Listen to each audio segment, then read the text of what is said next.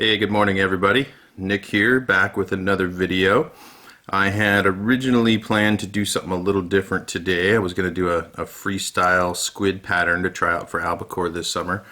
But I woke up this morning and I was cranking out some clousers, and it occurred to me that maybe I could just do a video focused on clousers, specifically for Puget Sound.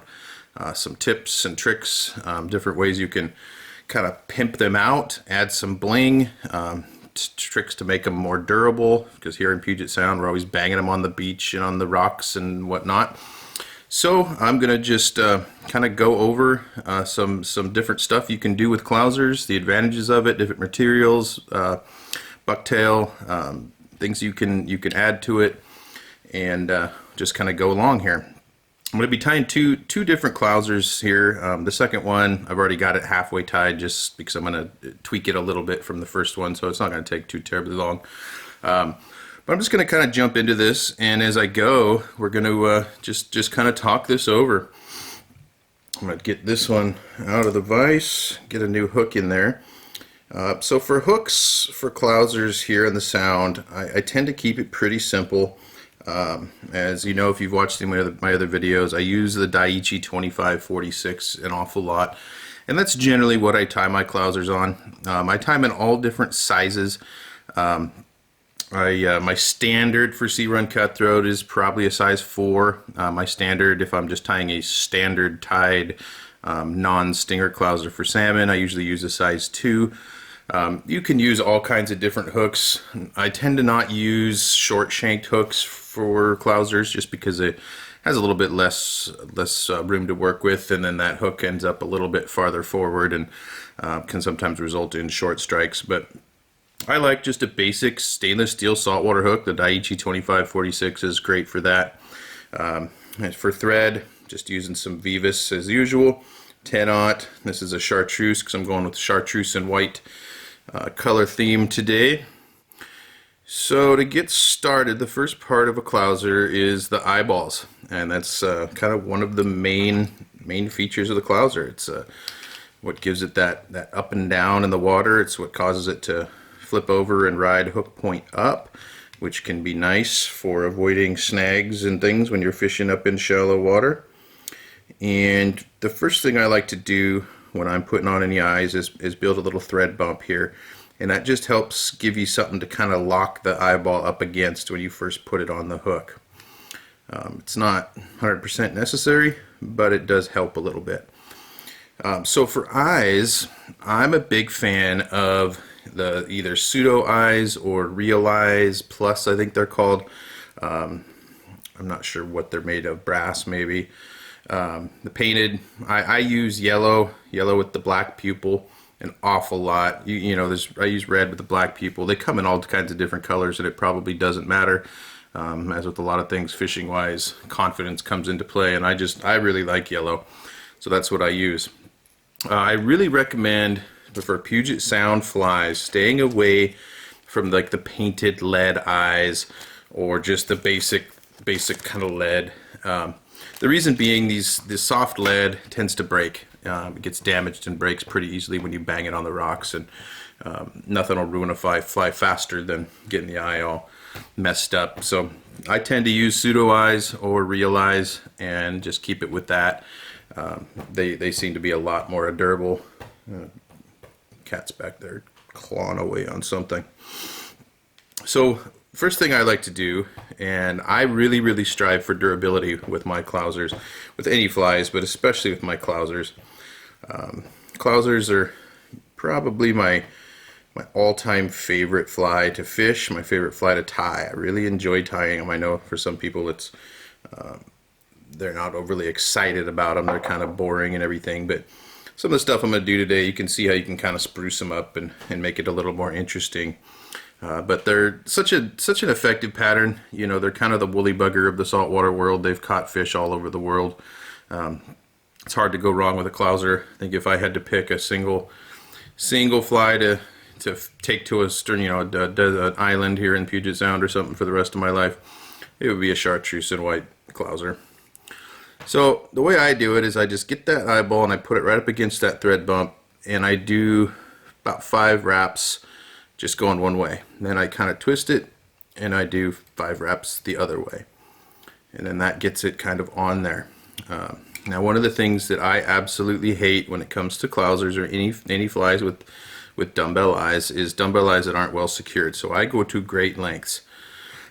So I put some glue on there, some Sally Hansen's. I do that in kind of 3 little stages. And then I just kind of work the thread doing crisscross wraps, 5 to 8 or so at a time, and then I do the helicopter wraps underneath the eye, and that sucks those thread wraps in tight and helps really secure them. And then I just do more, and I get about halfway to where when I do about half of what I'm going to wrap, I'll stop and I'll take a look to make sure that that eye is sitting properly. It's nice and centered. If it's not, your fly is not gonna swim perfectly straight, which may or may not make a difference, but I like them to be swimming just how they're designed. And at that point, I take some more Sally Hansen's. This stuff, if anybody doesn't know, I'm sure everybody knows, but this is just a nail hardener. You can find it at Walmart. It's basically head cement. It's cheap. It's about, I don't know, $3 for a bottle or something like that versus $6 at a fly shop for head cement. I have a ton of this stuff. I use it all the time. And then I add some more glue, top and bottom. Like I said, I really, really want this thing to be secure, and I want it to be durable. There's not too many environments that flies take more of a pounding, I think, than out here on Puget Sound, especially if you're a beach fisherman. You're casting, your fly's banging the rocks behind you at low tide. Hits trees and logs, and there's just a million different things that can mess up a fly out there. So I really, really go for durability. Just gonna kind of keep going with that same theme.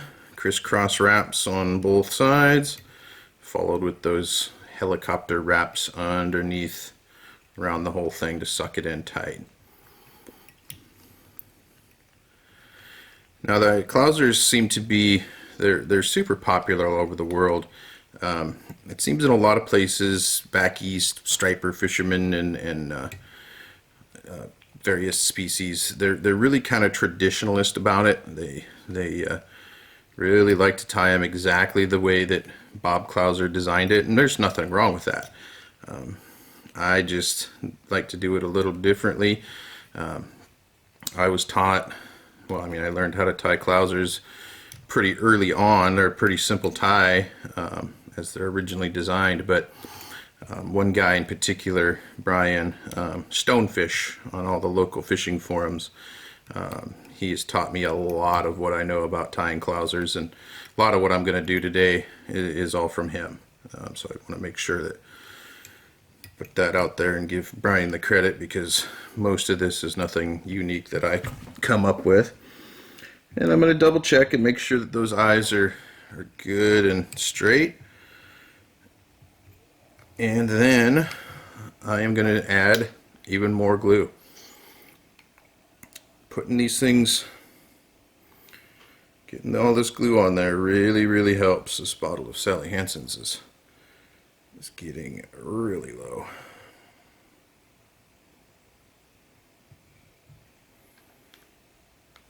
I don't know why I was tying clousers this morning.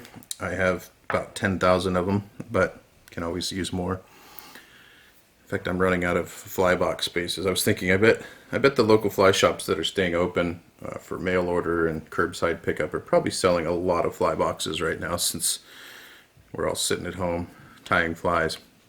Now, when it comes to materials that you can use for your clousers, you can use anything you want. You can use, Farrar blend, you can use EP fibers, Congo hair, all kinds of synthetics. You can use all flash, and I've probably tried everything out there. However, when it comes to clousers, I am just a big fan of bucktail. I always have been, I probably always will be. It swims nice, it's got that natural taper to it. It's fairly easy to work with once you kind of get it figured out. But there is a few little tips and tricks for working with bucktail. For starters, is selecting the part of where you're going to take the hair off of your tail. So basically, if you look at it into thirds, roughly from about The first third at the bottom, this hair is hollow down here, and it's going to flare out when you put thread tension on it. And there's applications for that where you would specifically select that portion of the bucktail. Muskie fly tyers and pike and people that are tying great big flies, reverse tie style of bucktail tying, where you really want that to flare out and create bulk. That part of the tail is great for that. For tying clousers, however, I really recommend going from that first third up, from the top down to about there. That's the prime part for tying clouser minnows. So the first thing I like to look for with bucktail for my clousers, I like wavy, crinkly bucktail. I don't like the stuff that's perfectly straight, at least for tying clousers. Other people might be different, but that's what I like. So I'm going to just get a chunk of this bucktail. Now the biggest mistake that I see people make with bucktail is using too much, and it's really easy to overdo it. If you just cut off that clump that I just tied and try to tie that on there, you're going to end up with a clouser that's way too bulky, and it's not going to swim quite right. It's going to look goofy. You're probably not going to be happy with it. You really want to go fairly sparse. If you watch any videos or read the book about Bob Clouser tying the original, he really strives for sparseness. I mean, his are just unbelievably sparse. I don't even go that sparse. And then you really want to take and just pull out that under first. So you want to hold it at the tips and just pull with your fingers, not jerking it out of your fingers, but just pulling any loose fibers out there. And I just kind of keep doing this until I get about as much as I want. And it's going to take a little bit of practice, a little feel to get how much you need. The amount that I have here is probably a third of a pencil, maybe close to half of a pencil, not a lot. Now, originally, clouser minnows, the belly, which is going to be what you tie on the top, because the fly is going to, with the dumbbell eyes, it's going to flip over right upside down, so the top is actually going to be the belly. The way that this fly was originally designed is the bucktail gets tied in right behind the eye of the hook. It gets pulled over the top of the dumbbell eyes and then secured right behind the dumbbell eyes, and you wrap back. Now, years ago, Stonefish taught me not to do it that way. The reason being, when you do that, it pulls that bucktail tight over the dumbbell eyes, and right there becomes a weak spot. You bang that on a rock a time or two, that bucktail can chip and crack and flay out and get nasty, and it starts to fall apart. The solution to that is you just simply tie it in behind the eyes. There's really no need for it to be up at the eyeballs. Everybody, all standard clousers are tied that way, but it doesn't have to be that way. It really doesn't serve much purpose. So I'm gonna eyeball the length of this starting behind the dumbbell eyes rather than behind the eye of the hook. And for this one, this is kind of a sea-run cutthroat size. I'm going for about 2 inches on this one, 2.5 inches maybe. And then I'm going to tie this in right behind the eyes. Now, some people will cut when they trim this, they're going to cut it at an angle to help make it a little bit easier. I don't find that's necessary, especially tying it this way. One of the advantages of tying it behind the eyes is that it helps keep the bulk down up front. The heads on a standard clouser can get really bulky, especially if you use too much bucktail. And that's where the concept of cutting the bucktail at an angle can kind of help. But when you're tying them in behind the eyes, really doesn't matter. Just going to kind of butt them up against the dumbbell eyes. I'm going to do a little bit of a loose wrap to sort of get that thread around it. And I'm going to pull straight up. I'm going to wrap it around loose and pull straight up. That'll kind of help get it where I want it. And I'm going to really start just cranking it down. I want this good and secure. And then I'm going to wrap my thread back to about the bend of the hook. Now, one little trick that helps me, and I don't remember where I learned this, but somebody I read it, somebody taught it to me along the way, is if you keep the bucktail down on the hook shake while you're wrapping, sometimes it'll have a tendency that thread tension will pull it to one side or the other. So to get that bucktail to lay directly on top of the hook shank, what you can do is hold that bucktail with your non-bobbin hand. Hold it up off of the hook while you're tying and let the thread tension pull it down onto the hook. And basically when you do it that way, it ensures that that bucktail sits right on top of the hook where you want it to be, instead of rotating around and getting all goofy. And I'm going to go back about the barb, I guess. And I'm going to just come back up, just making sure that that is nice and secure. Now, at this point, I like to put a little bit more Sally Hansen's right along here. I like it to kind of soak down through those threads and get into the bucktail. And it also helps hold the flash and everything that we're going to put on next. Now, you certainly don't have to add flash here. I think traditionally, as Mr. Clouser tied this pattern, it didn't have any flash. However, I like to add some flash. So for the belly side, I'm going to add some pearl polar flash. Huge fan of polar flash. It's very soft and supple, moves really well in the water.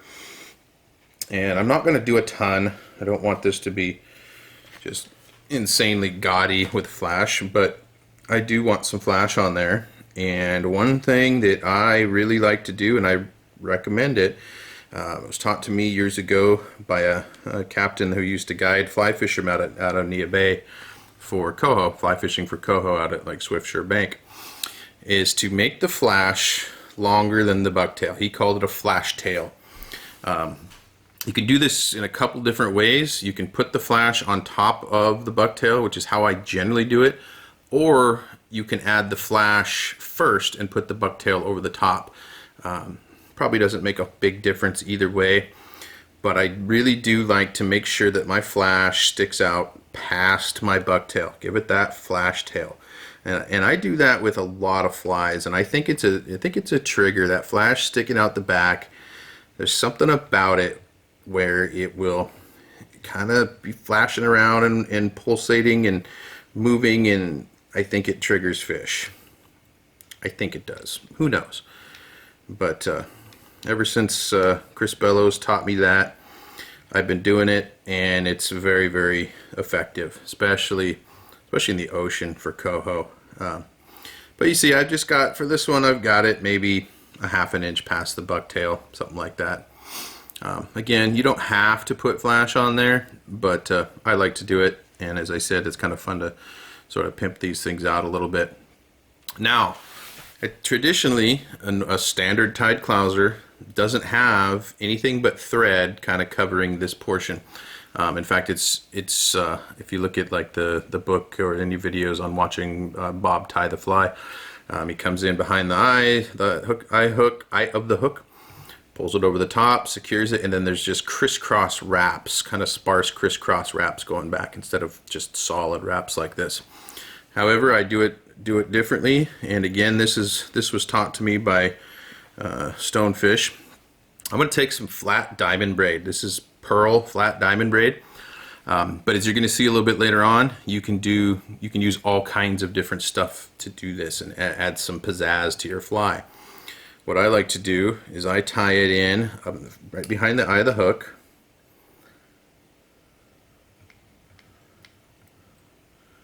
and I will, it's kind of hard to describe this, I'm coming underneath the eyes with my thread so that I can then tie it down. And I like to make sure that this diamond braid is pulled over to what would be the camera side of the fly. And there's a reason for this, I'll show you in just a second. And then I'm just going to wrap this back to where I wrap my thread. And then I'm going to just take this diamond braid and I'm going to wrap a body. And this serves a couple different purposes. One, adds flash and sparkle and uniqueness and pizzazz and so on and so forth. It also adds durability. It puts another layer of materials holding everything on there, and I'm going to coat this with glue or UV resin, and this thing is going to be just about bomb proof when I'm done. So I'm going to wrap this all the way up to the eye, and then I'm going to take it and I'm going to pull it back over the top of the dumbbell eyes, And this time I'm going to pull it on the near side towards me. And essentially what I'm doing is I'm covering this whole top of this eye with this flat braid, and that adds another material that can kind of hold that hook or that dumbbell eye down, and it also just looks cool. Doesn't leave any threads showing, which I appreciate. So I'm gonna get that good and tied down. Make sure I tie it in tight to the eyes so it's not bulking up the head. And now I'm going to do a whip finish.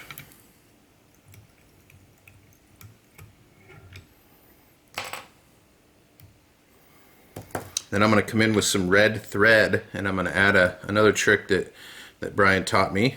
I'm going to come right behind those eyes, and I'm going to put in some red to simulate gills. All these bait fish swimming around in Puget Sound, they all have gills that flare out, and having a little bit of red kind of acts as a hot spot, if you will. Again, I don't know if it makes a whole lot of difference fish catching wise, but it makes a lot of difference to me because I feel better about the fly. And if I like the fly that I'm fishing, I just feel it's going to fish better. I'm going to fish it better. So I'm just going to make a nice red spot, hot spot here. You don't have to go too big with it. This is maybe I don't know, maybe 1/8 of an inch wide. Just get a bunch of wraps on there, and then I'll whip finish that.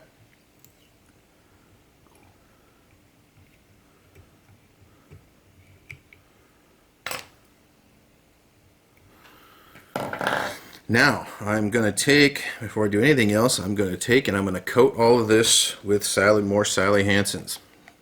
Again, durability. This is my #1 focus, and I want to make sure I get some glue soaked into that diamond braid up on top of the eyeballs. Really soaks it up, and I think it helps secure those eyes in even more. Do not be afraid to over glue these things.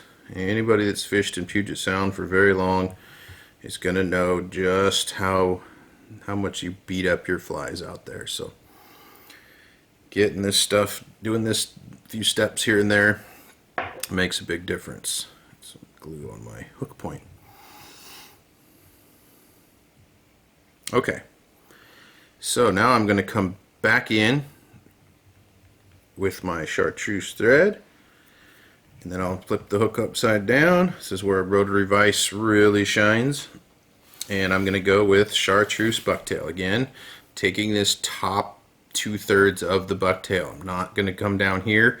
If I tie this in, it's going to flare out and it's going to look a little bit goofy. It'll still fish. It'll, when it gets wet, it kind of lays down, but just doesn't quite look as well, and it's a little harder to work with. So again, I'm going to go cut off a chunk, pull out that under fur, just kind of keep pulling until I get the density that I'm going for. Make sure there's no wanky fibers going crazy here and there. And then I like to put this which would be the wing or the back of this bait fish, if you will. I like it to be longer than the belly. If you think about it, the underside of a bait fish, that light, whiter colored side, underside of a herring or an anchovy or whatever, it doesn't run the entire length of the bait fish. It's maybe 2/3 or a little bit more, and the darker color, the back, keeps going. So I always strive for that with my clousers. So I'll just measure that out. Again, I don't angle cut mine, I just cut it flush, because now, since I didn't tie the white bucktail in up in front of the dumbbell eyes, I don't have a ton of bulk here, so I'm not necessarily worried about really going crazy. I'm just going to do the same thing. I'm going to kind of get that loose wraps and then tighten it up. I can kind of pull that bucktail back a little bit if it's kind of creeping up onto the eye of the hook, and then I'm gonna just keep working it. And again, I'm going to make sure I tie it snug back against the eye. That just helps to keep your head nice and clean without getting too bulky or goofy looking. Okay, so now something that I like to do is I add a little bit more flash on there on top of the wing. I'm going with the chartreuse crystal flash. You can do these in a million different color combos and different flashes. I usually just use crystal flash for this, and I'm not gonna go nuts with it. Just enough to kind of give it some pizzazz. And same thing as before, I like it to be a little bit longer than the bucktail. So I'll just trim that. I'm going to tie that in right on top.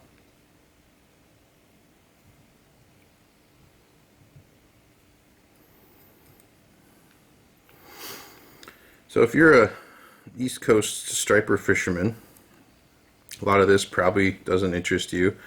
I doubt that East Coast striper fishermen are really watching my videos anyway, but just a reminder that these are kind of specific techniques that I use here in Puget Sound, and I know a lot of other people that do as well. So get that tied in. Just kind of clean up my head if I need to. And you can see how that head doesn't get as bulky because I don't have as much bucktail tied in at that point. And that's one of the really nice things about doing it this way. Let's do a whip finish. And a little more glue. And what you end up with is a clouser that is absolutely bomb proof. And I'm here to tell you these things they're very durable. I've fished these for long periods. When I'm putting glue on, one thing I should mention here is I like to make sure that I put some glue right on the material where it's kind of heading into the thread wraps. I feel like that helps that really lock that down in place a little bit better. And there you go. Very basic, easy tie, but it's a fly that is going to catch fish, and it's just it'll catch fish and it's going to last. You can catch a lot of fish on these things before they start to disintegrate on you.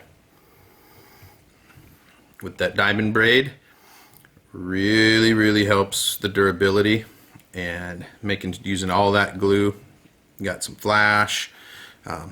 Just kind of a fun way to tie clousers. This is sort of my standard go-to clouser tie. And now I'm going to show you one that is it's a little bit different. You can see I've got it already halfway done here. Same exact steps as before. This is actually a size 2. I was actually tying coho and rockfish size clousers this morning, so this is a size 2 hook, and don't mind the big jagged broke off barb. With these, this is also a Daiichi 2546, but with these, when I pinch the barbs, probably 80% of the time they snap, they break, and I have a file at my desk that I just take it and I file it down, but I can't make videos at my desk, so I don't have that file in front of me. So for this one, this is kind of a fun one. This is another stonefish technique. I'm not going to be using flat braid. I'm going to be using, for this one, I'm going to be using reflector flash, polar reflector flash in silver from Hairline. But you could do the same technique with a lot of different materials. I've done this with this Palmer chenille. This stuff is pretty cool, especially on a little bit smaller patterns. I've got this stuff called Extreme String from Semperfli. It works pretty well. You can use cactus chenille, you can use polar chenilles, you can use all kinds of different stuff, really. It's really kind of a fun thing to play around with and see what you can come up with. For this one, like I said, I'm using the reflector flash, and what I'm going to do is similar to the when tying in with the flat braid, only I'm not going to tie it in right behind the eyes. I'm going to tie it in at the back, simply because if I tie it in behind the eyes and then have to wrap the threads back, I'm just going to trap down a ton of these fibers, and it's kind of a pain to work with.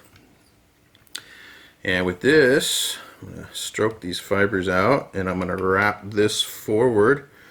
Kind of with each wrap, kind of pull those fibers, stroke them towards the back.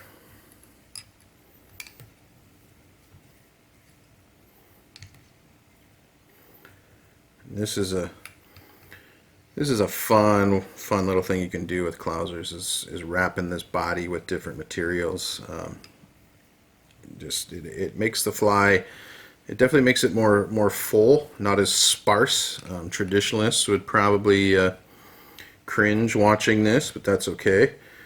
These things work really well tied this way. They swim in the water. This polar, or this reflector flash, is pretty soft, and it swims really nice when it gets wet.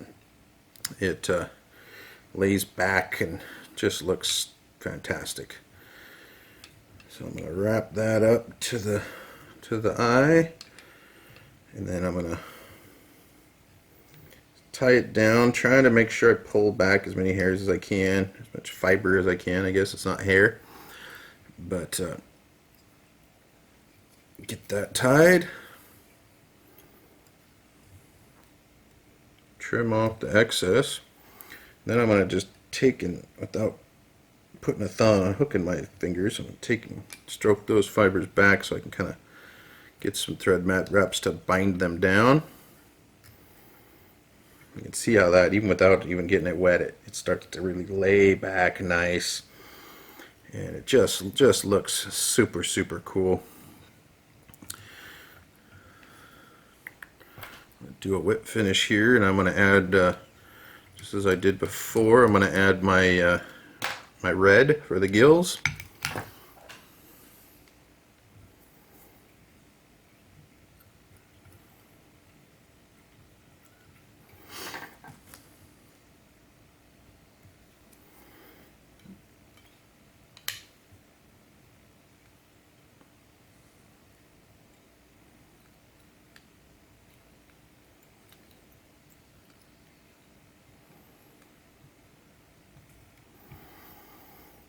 Looks pretty good. I'm picky. I like to make sure I don't have any like spots where I've missed with my thread wraps and there's silver or chartreuse or something, little gaps shining through. Makes no difference at all as far as the fishability, but it's just my fly tying OCD, I guess. Do another whip finish here.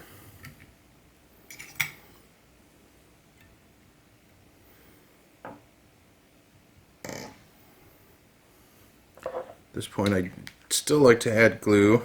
Got to be a little bit more, use a little bit more finesse so you don't make a big mess with the polar or the reflector flash.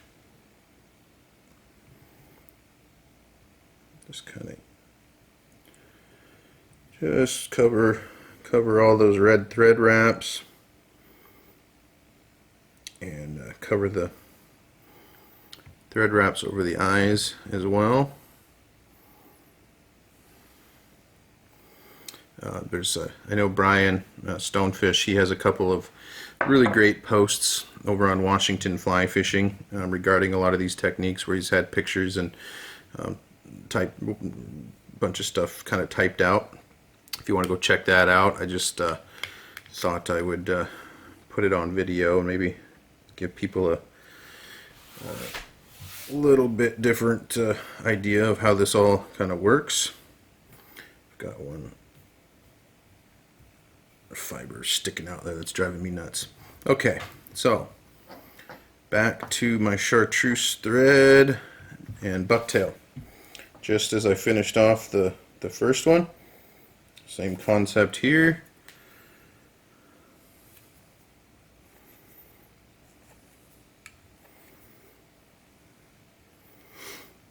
Get that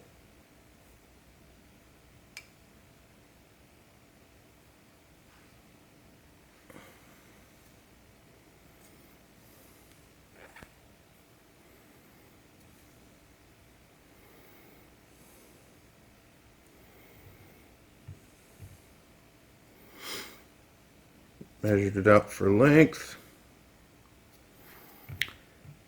And we'll tie that in right up top here.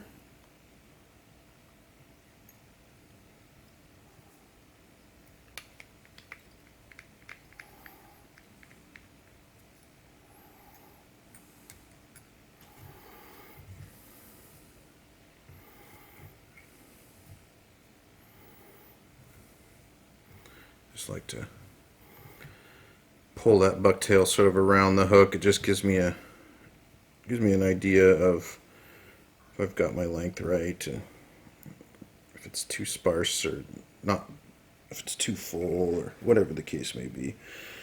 I'm tying this one fairly full. I like to want to do that when if I use materials like this. I just find it looks a little better with a little bit more bucktail, but it still swims just fine. Then, just like before, some chartreuse crystal flash, because crystal flash is awesome, so why not?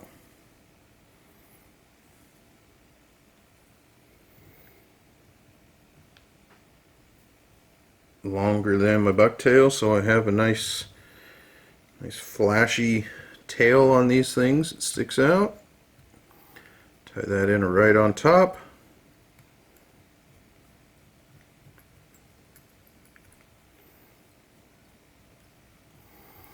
Get that head kind of cleaned up. Ideally, I like a little bit of almost a bullet shape on my heads for clousers. It's just how I like them. Nothing to do with the fly itself or how it fishes or anything like that. It's just, although one thing about this Vivus 10-aught thread is it takes a lot of effort to build up much bulk, which is one of the reasons I use it in general. But